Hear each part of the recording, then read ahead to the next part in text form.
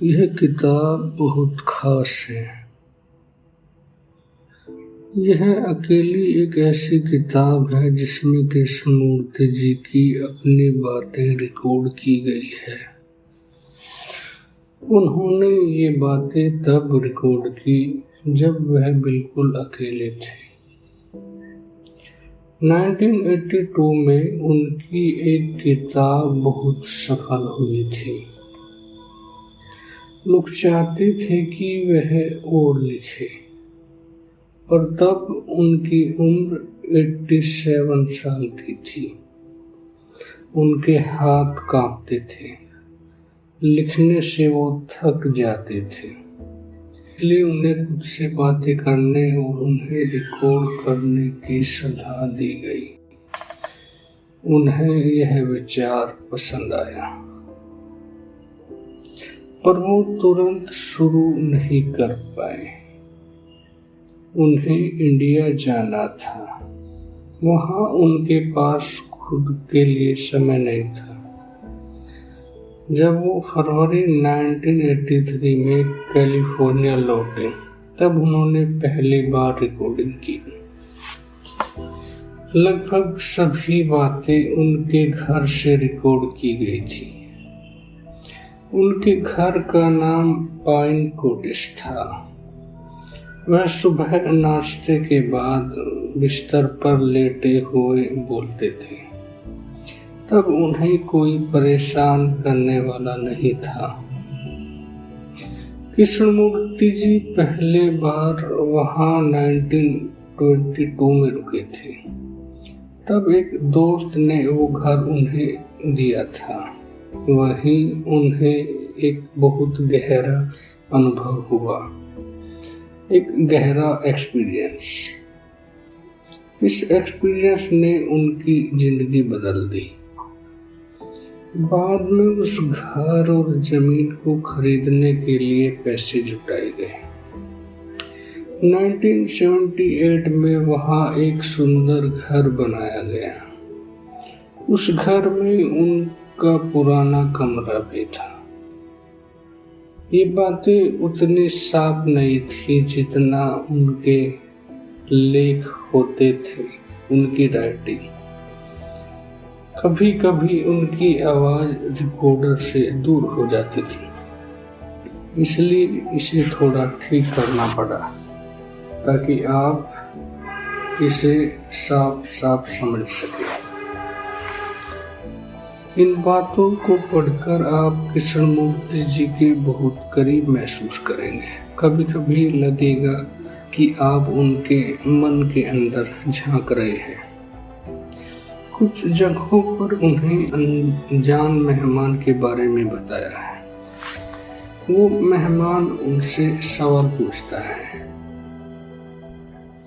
कृष्णमूर्ति जी की सारी टीचिंग बस यहाँ है। वो अक्सर नेचर की सुंदरता के बारे में बताते हैं। इसे सुनकर शायद आपका मन शांत हो जाए। आप नई बातों को समझने के लिए तैयार हो जाएंगे। इसमें कुछ बातें बार बार आती हैं, पर वह जरूरी है। वो दिखाते हैं कि उनके लिए हर दिन एक नया दिन था। उन पर पुरानी यादों का कोई बोझ नहीं था। इसकी सबसे आखिरी बात मौत के बारे में है कि शायद सबसे सुंदर है। यह आखिरी मौका है जब हम उन्हें खुद से बातें करते सुनेंगे। 2 साल बाद उसी कमरे में उनकी मृत्यु हो गई, उनकी डेथ हो गई।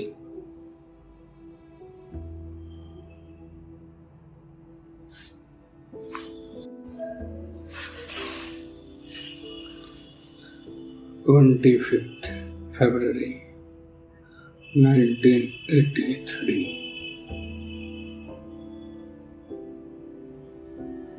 नदी के पास एक पेड़ है।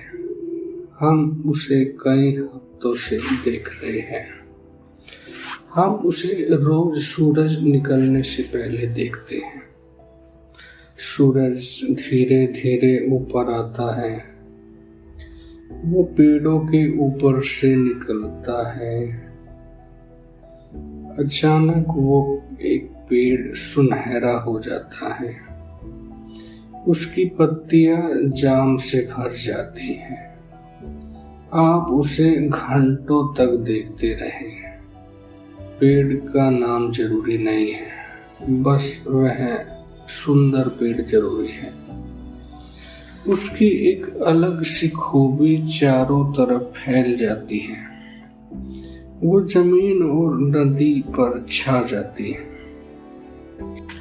जब सूरज और ऊपर आता है, पत्तियां हिलने लगती हैं, वो नाचने लगती हैं। हर घंटा उस पेड़ को एक नया रूप देता है। सूरज निकलने से पहले वह पेड़ बहुत गंभीर लगता है, वो शांत और दूर सा लगता है। उसमें एक डिग्निटी होती है। जब दिन शुरू होता है, पत्तियों पर रोशनी पड़ती है, वो नाचती है। उसे देखकर बहुत ही सुंदर एहसास होता है। दोपहर को उसकी परछाई बहुत गहरी हो जाती है। आप वहां धूप से बचकर बैठ सकते हैं। आप वहां अकेला महसूस नहीं करेंगे। वो पेड़ आपका साथी बन जाता है। वहां बैठने पर एक गहरा रिश्ता बनता है। वहां बहुत सुरक्षा और आजादी महसूस होती है। ऐसी आजादी सिर्फ पेड़ों को पता होती है। शाम के समय सूरज ढलने लगता है, आसमान चमक उठता है। पेड़ धीरे धीरे शांत और अंधेरा हो जाता है। वो अपने आप में सिमट जाता है। आसमान लाल, पीला, नीला और हरा हो जाता है, पर पेड़ शांत रहता है। वो छिप जाता है, वो रात के लिए आराम करता है। अगर आप उस पेड़ से रिश्ता बना लें तो आपका सब लोगों से रिश्ता बन जाएगा। तब आप उस पेड़ के लिए जिम्मेदार होंगे। आप दुनिया के सभी पेड़ों के लिए जिम्मेदार होंगे। अगर आपका धरती की चीजों से कोई रिश्ता नहीं है, तो आप इंसानों से भी अपना रिश्ता खो देंगे। हम कभी पेड़ को गहराई से नहीं देखते, हम उसे कभी सच में नहीं छूते, हम उसकी मजबूती को महसूस नहीं करते, उसकी खुरदरी छाल को महसूस नहीं करते, हम उसकी आवाज नहीं सुनते। ये पत्तियों में हवा की आवाज नहीं है, ये सुबह की ठंडी आवाज भी नहीं है। ये पेड़ की अपनी एक आवाज है। ये उसके तने की आवाज है, ये उसकी जड़ों की शांत आवाज है। इस आवाज को सुनने के लिए आपको बहुत कोमल बनना पड़ेगा, बहुत सेंसिटिव। ये दुनिया का शोर नहीं है, ये दिमाग की बातें भी नहीं है, ये इंसानों की लड़ाई या जंग की आवाज भी नहीं है। ये यूनिवर्स का एक हिस्सा है। ये अजीब है कि हमारा नेचर से इतना कम रिश्ता है। कीड़ों, मेंढकों और उल्लुओं से हमारा कोई जुड़ाव नहीं है। हमें धरती की जिंदा चीजों के लिए कुछ महसूस नहीं होता। अगर हमारा नेचर से गहरा रिश्ता होता तो हम भूख के लिए जानवर नहीं मारते। हम अपने फायदे के लिए बंदरों या कुत्तों को चोट नहीं पहुंचाते। हम अपने शरीर को ठीक करने के दूसरे तरीके ढूंढते। पर दिमाग को ठीक करना बहुत अलग बात है। वो ठीक होना तब होता है जब आप नेचर के साथ होते हो, पेड़ पर लगे संतरे के साथ या सीमेंट से बाहर निकलती घास के साथ या बादलों में छिपी पहाड़ियों के साथ।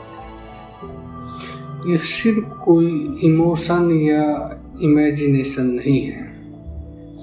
ये धरती की हर चीज के साथ एक असली रिश्ता है।